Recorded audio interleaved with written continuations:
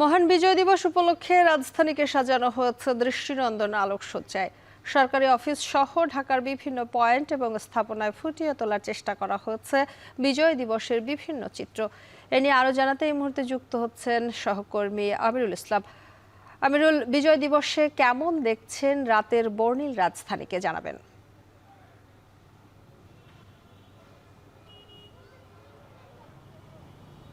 শম্পা, আপনি যেমনটি বলছিলেন ঠিক তেমনই লক্ষ্য করছি আমরা। রাজধানী ঢাকার যে গুরুত্বপূর্ণ স্থাপনগুলো রয়েছে সবকিছুই মূলত বর্ণিল সাজানো হয়েছে বিভিন্ন আলোকসজ্জার মধ্য দিয়ে। যেমনইভাবে মূলত বাংলাদেশের যে পতাকা রয়েছে সেই পতাকা খচিত যে আলো, যে লাল সবুজ আলো, সেই আলোকসজ্জার মধ্য দিয়ে মূলত সরকারি বেসরকারি থেকে শুরু করে বিভিন্ন গুরুত্বপূর্ণ স্থাপনা সেগুলো মূলত সাজানো হয়েছে। আপনি হয়তোবা লক্ষ্য করছেন যে আমরা কিছুক্ষণ আগ থেকেই ঢাকার বিভিন্ন জায়গা ঘুরছিলাম, যেমনটি লক্ষ্য করছি যে সব জায়গায় মূলত এমন একটি আবহ, বিজয়ের একটি আবহ।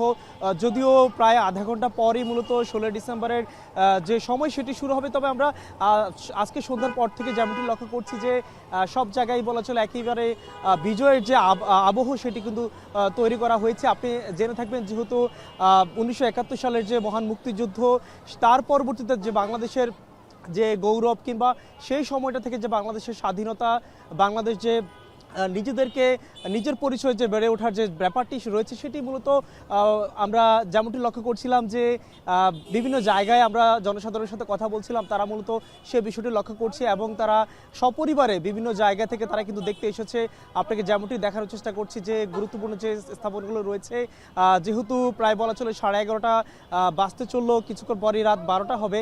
আমরা কিছুক্ষণ আগেও দেখছিলাম যে অনেকেই সপরিবারে তারা এগুলো দেখতে এসেছেন এবং তারা নিজেদের মধ্যে মূলত যে বিজয়ের যে আবহ কিংবা বিজয়ের যে উল্লাস সেটি মূলত ভাগাভাগি করার জন্য কিন্তু এসেছেন এবং আমরাও কিন্তু তেমনটি লক্ষ্য করছি।